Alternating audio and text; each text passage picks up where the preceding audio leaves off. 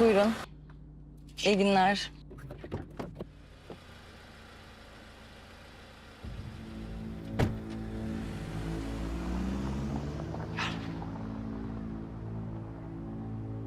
Çok sağ ol İbrahim abi.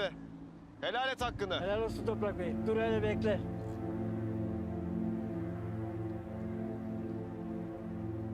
Bunları biz yaptık. Elmi cipsi. İster çıtır çıtır yiyin, ister sıcak su atıp çay olarak için. Ne yapıyor bunlar? Şimdi de köylüleri çevirip dert mi dinliyorlar? İbrahim dayı, tekrar sağ ol.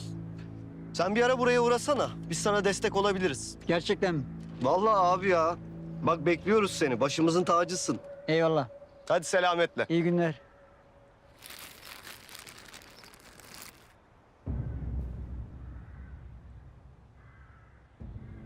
Neyin peşinde bunlar? Canım. Mutsuzum ben. Duydun mu dediğimi?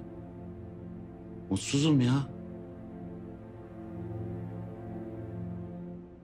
Ez cümle ben boşanmak istiyorum. Ya anlamıyor musun? Bıktım diyorum ya. Rıfat Ağa'dan da.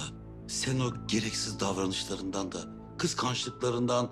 O tuhaf entrikalarından. Anlamıyor musun? Bıktım. Evde sen bir tımarhane. Bak Toprak çekti gitti. Arzu da 3-5 güne kalmaz. Birisini bulur, evlenir, kendi düzenini kurar. Gerçi Toprağın hiçbir zaman olmadı ya.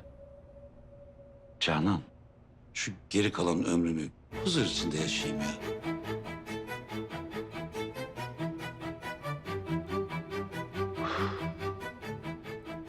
Bak gel kendimize yeni bir hayat kuralım artık ya. Çünkü biliyorum bundan sonrası sana zahmet, bana külfet. Toprak'la Gonca karşıdaki fabrikaya girdi. Ya boş o fabrika boş, anlamıyor musun? Halil Bey, boş değil orası. Orayı Fuat Bey satın aldı. Ve daha da kötüsü şu anda Gonca ile birlikte Toprak'a iş teklifinde bulunuyor muhtemelen. Ya bu herif altımızdaki tumanı alacak, bizim haberimiz yok. Ben o adamın var ya, ciğerini sökerim. Doğduğuna pişman ederim ben onu. Dur Ali! Ya nereye dur kadın, görmüyor musun? Hiçbir şey yapmayacaksın. Yeter her şeyi berbat ettiğin. Gider ben oğlumla konuşurum. Ne yapacaksın? Oğlunu da mı tokatlayacaksın? Gerekirse onu da yaparım.